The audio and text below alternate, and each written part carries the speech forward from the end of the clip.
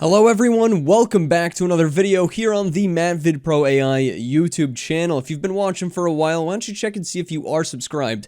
Oh, and if you want to join the community, I highly recommend it. The link to my Discord server is in the description. We're always talking about the latest and greatest with AI, and we have a lot of great discussions. So I've got a really great AI news roundup for you all. Lots of amazing things are happening in the space. And today we're going to be talking about some new technologies that I actually have not seen before, some really revolutionary stuff. And honestly, this company really surprised me with what they are able to do already. I mean, we're talking about some true game changers and some real industry shifters. So this is one that you're not going to want to miss. But first, a quick word from our sponsor.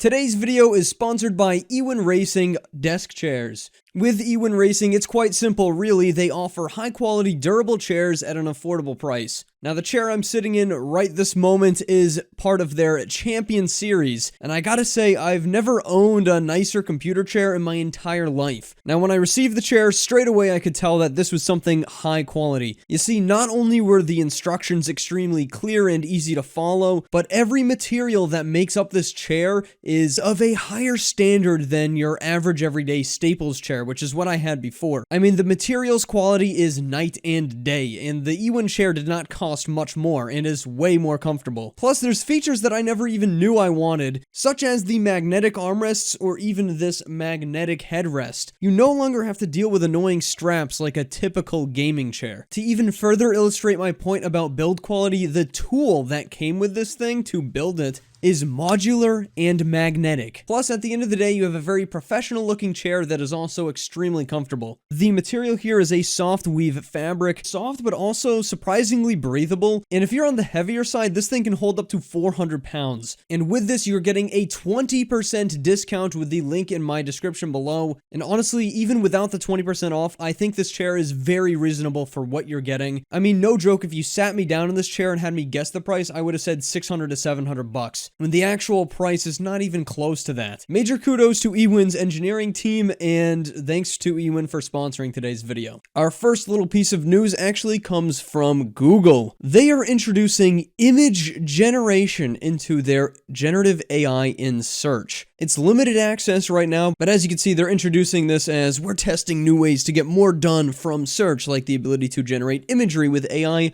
or creating the first draft of something you need to write. So it's not just image generation here, but that's, to me at least, the biggest piece of news from this. I think thus far, Google hasn't really cemented themselves in the AI space as someone very competent. Google Bard, for the most part, has been somewhat of a flop, even though it's been improving over time and it has some useful features. It's just not even close to ChatGPT. And then they're actually trying to compete with Microsoft Bing AI search by introducing their own Google search. And I mean, Google search has been useful for some very base level information for me, but it really hasn't been a game changer. So the new things that they're actually adding into this generative AI search are, like I said, image generation, and they're saying this is to help you search better, essentially. So I think this is supposed to expand upon or improve Google image search, which is honestly a feature that I do use quite a lot. But it's just interesting to me that they didn't add this AI image generation model directly inside of Bard, which at least, on the surface seems like the best idea. But maybe because the search AI is just always there, they're going to expect you to actually try things out more than going directly to the Bard website. First example is you want to make a card for a friend who loves to cook and whose favorite animal is a capybara. If you search for something like draw a picture of a capybara wearing a chef's hat and cooking breakfast, SGE will provide up to 4 generated images in the results, just like DALL-E. Tap on any of those images and you'll see how generative AI has expanded your initial query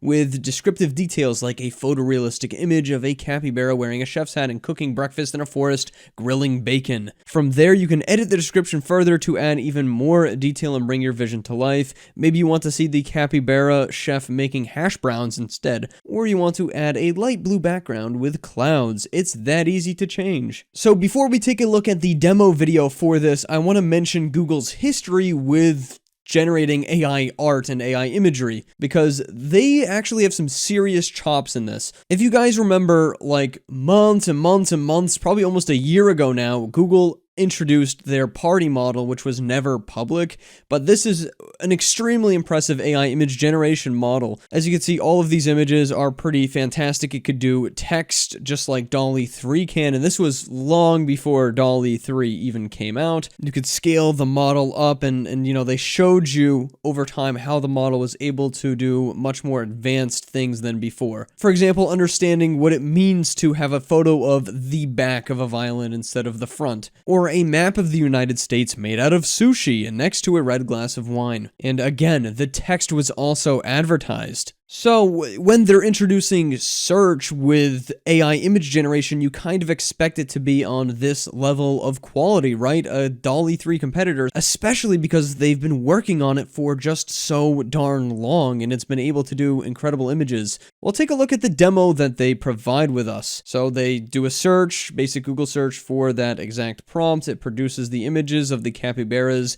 doing breakfast. You click edit on these images, then the video just repeats. But yeah, you can see that these capybara images are fine. They sort of give off the basic idea that we were looking for, but they're not really DALL-E quality at all, like not DALL-E 3 quality by any means. And honestly, I think Midjourney might even be better at this prompt than this thing is. It's kind of an interesting model. It doesn't really look like it has the same amount of power as we just saw with Google Party or DALL-E 3 or any of those promising image generators. I haven't been able to test it. I don't have access yet, so I can't say for sure, but it's not a very promising demo. They also showed being used inside of Google Images itself, and this feature is designed to appear when you're searching for like inspiration, for example, like Halloween table settings. Can't say I use Google Images for inspiration a whole lot, but it's something I've done before, and as you can see, it's the same kind of little demo. You just scroll through your search, you click the generate button, and it makes you whatever you're searching for, and this one actually seems to have worked out pretty well overall. Again, though, it's kind of a messy looking generation.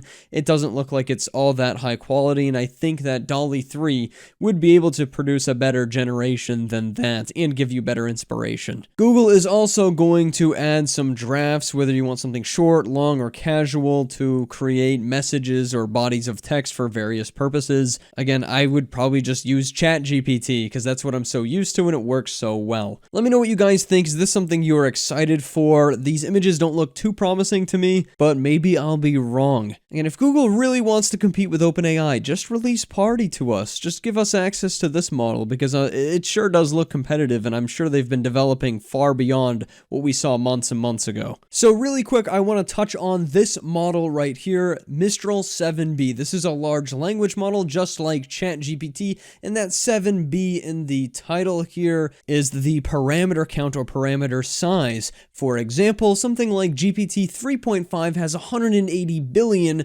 parameters. Now, no, Mistral 7B is not as good as GPT 3.5, but it does compete with models that are 13 billion parameters, for example, or maybe even higher. Some users are reporting that it actually beats Llama 70B, which is 10 times its size. So this model is very interesting. It performs extremely well for its low parameter count. It might even be able to run on your phone. It's that efficient. I won't get into too much detail here, but it outperforms the best open 13 billion parameter model, which is Llama 2, and the best released 34 billion model, Llama 1, in reasoning, mathematics, and code generation. And the best part about this model is that it is fully open source, and it comes with this nice paper, so developers can really understand it and put it to good use. Open source is still absolutely kicking and is really spooking the large people in the AI space, the Googles of the world, the OpenAIs of the world. Open source is truly coming for their blood, and it's stuff like this. Like, they are producing the most efficient models. While they might not compete at that ChatGPT level, it's more efficient than ChatGPT, pound for pound. Essentially, the basic idea here is that it's more effectively able to compress tokens when understanding text. That's a pretty basic generalization, but it's more efficient, essentially, is the by and large idea. It's still based on a transformer architecture, and you can see this Mistral 7B model is competing with these larger 13B and 34 models just no problem. It's really quite incredible. The rate and pace of open source development is mind-blowing. Alpaca used to be a really good model, Vicuna, but now Mistral is up here at the top of the leaderboards, just kicking some serious butt. And once we start seeing open source large language models that compete at that ChatGPT level, I don't know what's going to happen, but Google certainly is going to be out of the race if they don't step up their game, along with OpenAI at some point possibly. And here's an example of a pretty complex question being answered by Mistral in a reasonable fashion and actually beating Llama 13B that is nearly twice its size. I'll go ahead and link that paper down below if you want to learn a little bit more, but for now we're going to move on to our next piece of AI news. Speaking of open source, guess what guys? There's a brand new open source AI video generation model, and for being open source, it looks pretty good. They are announcing the release of the code and model weights of Show-1. Unleash your creativity and embark on an exciting journey into the future of AI video generation with the Show-1 model now. And they've actually got a pretty nice little video demo of this thing that we will take a look at now. But as you can see, it is doing correct text here, which is pretty cool. I mean, this panda looks a little screwed up and the background isn't the best, but this is by far, and I mean by far, the best, hands down, open source video model we've ever seen to date, which is a pretty big deal, because this right here was previously the best open source AI video generator, and as you can see, it is quite a bit worse than the model that we just saw. I mean, this cat looks super screwed up.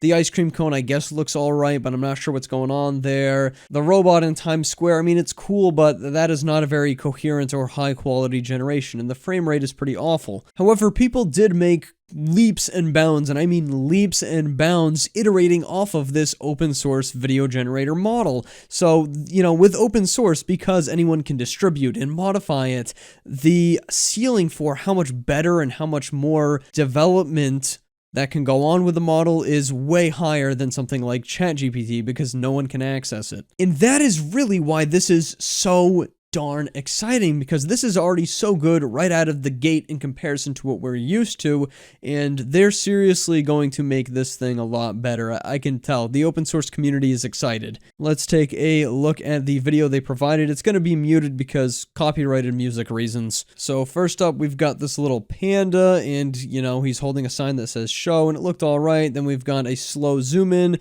to a lighthouse with the waves crashing, and this looks pretty decent. Then we've got a car driving on a rainbow road. I assume this is a Mario Kart reference, and the car is also on fire. This one's pretty gritty, not really the best generation that we've ever seen. Oh, by the way, everything is in 16:9. Then we've got a spaceman on the moon on a motorcycle. I can definitely tell what's supposed to be going on there, but he's riding around. It looks all right. Then we've got a cat on fire, and I don't know why they would generate this, but the cat looks pretty realistic, I will say, but he doesn't look too happy being on fire. We've got a giant octopus roaming around the streets of New York City. That looks pretty good. We've got some weird character who's doing karate, it seems. We've got a more painterly look, and this time it's a unicorn. Toad practicing karate. Okay, that's what that was supposed to be. So now we actually get to see some comparisons to a few other models. So this is Show-1, and I gotta say, this one is a lot better than actually these other examples. While Gen 2 is a lot more smooth in its generation, it doesn't exactly look like it's practicing karate as much as the Show-1 model, and that's a very important distinction to make. Zero scope is just, I don't even know what it's doing. This is, oh, a burning Lamborghini driving on rainbow. Gen 2 definitely does look the best. It has the highest coherency, but Show-1 isn't too far behind. Again, zero scope, not sure exactly what's going on with that, but you can see at least the Show-1 model in comparison to the Gen 2 model is driving, where the Gen 2 model, again, is just sitting still, not really doing anything. We don't see Pika Labs in here either, though, so that's another comparison that hasn't been made. Wow, this is really interesting here. So this is Snail slowly creeping along, super macro close-up, high resolution, best quality. Zero scope just produced a horror show. Gen 2 has difficulty with close-ups in my experience, so Show-1 absolutely nailed it. Like, that's actually a really good looking video of a snail. I mean, almost nearing on like high acceptability rates. Like, that looks good. Blue tiger in the grass and sunset surrounded by butterflies. And again, show 1 actually beat out the other competitors. These might be cherry-picked results, but Gen 2's got a screwed up tiger, so does Zero Scope, and show 1 looks the best and really got the prompt correct. Quite impressive, honestly. Here we go. We've got show lab written on text. That's actually more impressive than just the word show written out. Zero Scope doesn't do anything, and Gen 2 has no text at all. The text is really impressive, man. They should try to produce like an image generator if they can do video text this well. Like, what could they do with image generation? This is really cool, though. Like, it actually has correct text. I didn't think we'd be getting this far. But yeah, it's on GitHub. I'll link it down below. Show 1 is pretty incredible and very interesting. I don't know if these are cherry-picked results. I think the most mind-blowing to me is the snail and the actual correct text. As you can see, the community is super excited. Generator Man here says, waiting for the Kamandaru collab to drop. So everyone can easily generate for free with this thing. Another benefit of the open source world, everything's free. So now everyone, we're getting into some true insanity. This is the Adobe Max keynote, and they're showing off some features that I didn't think we'd see, this year or even next year, honestly. But this is stuff like generative fill inside of Adobe Premiere Pro. I mean, what are we talking about here? That's crazy. Generative fill was pretty good in Photoshop and allowed you to essentially expand your scene or do in-painting. I didn't think it'd be coming to video this quick, and it's truly mind-blowing, at least in the limited demos that we see provided by them. So take a look at this, guys. But I feel like the people in the background are a bit distracting. No worries, I know how to fix this, right? Let's use generative fill to remove them. To start, I just need to simply draw a mask around these people. Okay, cool. And then I just need to hit the generate button. The AI will do all the work for me. All right, let's just wait for a couple of seconds to see the results. And there you go. They're gone. I know. Every time I see this, I got blown away. So look at the choices I got, right? Well, I believe you have seen this before, right? You can use generative AI to assist you with image editing. What is the surprise here? What if I tell you this is not a photo, this is a video? Look! Oh my gosh! Woo! Wow. I've seen things that are similar to that from Runway ML, and it was quite good, but it's not that good. That is perfect good, indistinguishable good. And again, they're really doing the same generative fill that we saw before, but just overlaying it over time in video. But the generative fill gets more mind-blowing the longer you look at it inside of this Adobe keynote. It gets even crazier. So next up, they've got the example of this guy walking down the steps in a stock video format, and this one is the one that truly blew my mind wide open. Like, I can't believe we're already at this point with AI. I'm gonna tell you the generative fill. Yeah, you got it. Again, simply draw a mask around the collar. Okay. This time, let's give generative fill a text prompt and hit generate. Again, the AI is doing all the hard work for me, and let's just wait for a couple seconds and we'll see the results. And okay, right, there's a tie, not super obvious. Okay, this one looks good, right? Okay, cool. Hold on, I know. But wait. This is a video, right? So let's fast fill. Woo! There we go. Dude, what? What are we talking about here? That's crazy. Like, dude, we just like did video editing that would have taken like weeks of work to try to add a tie into this guy like digitally, and we just did it in seconds, like in a minute, dude. What? That's like visual effects right there. That is visual effects. I just cannot believe that. Like, that is so insane to me. Yeah, filling in the image is easy enough. That's in painting. We've seen that for a while, but No. But wait. turning it into the video, Go. what is that, dude? What is that? How are they able to do that already, and why is it so fast, man? With the Oh my click of a single gosh. That is something I'm gonna have to experiment with and have to try out at some point, because it's total mind-blowing. I mean, this is an industry game changer. This is going to give younger creatives who maybe, don't have the access to resources or the knowledge and know-how to create crazy visual effects like that, and now it's just going to be possible on so many devices across the world to so many people. Again, how will this affect VFX studios who are already having a really tough time is my question. The biggest benefit here is to the smaller creators who wouldn't be utilizing a VFX studio anyways, but you know the big companies aren't going to want to miss out on this. So that's something to keep in mind. And they show us more examples here. This time it's a cup of coffee. You want to put a design on that coffee. With that being said, let's see how fast we handle this. I pre-generated the results backstage. Now I can simply just import them. And there is a mask, and underneath the mask, there is your new pattern. Now, without further ado, let's... The way it wiggles. Yeah, this is amazing, right? The way it wiggles with the coffee. Like, how is that possible? The liquid. It's right. Look mind-bending. how perfectly this new pattern follows the motion of the liquid surface. All right, there we have it. Generative AI can already assist you with image...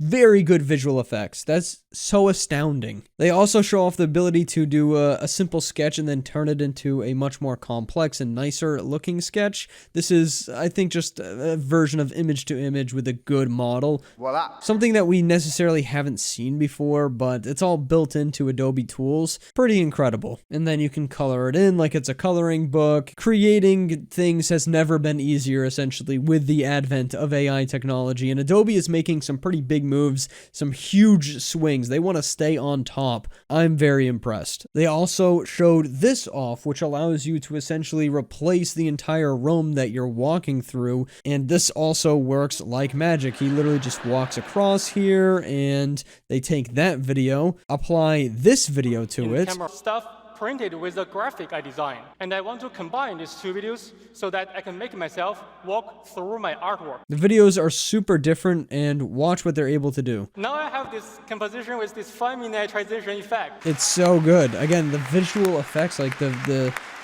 amount of possibilities that you can do with this are absolutely Look at the insane. shadow. It's brand new.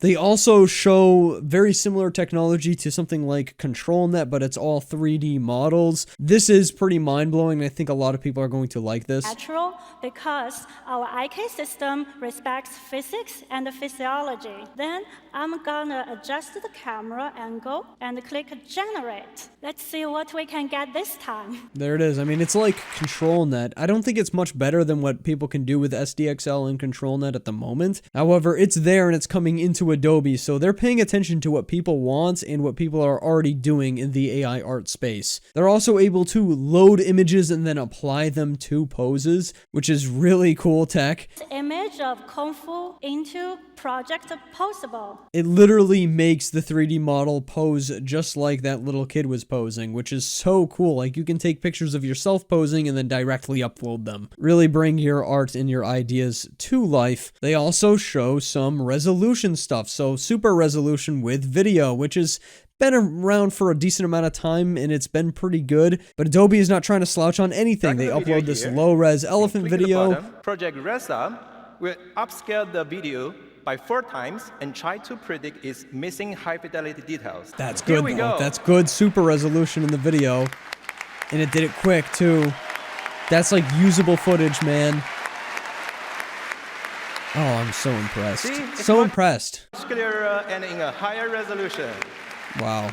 It's good. It's impressive, man. That's crazy. お客様との信頼関係の構築にもつながると思っております。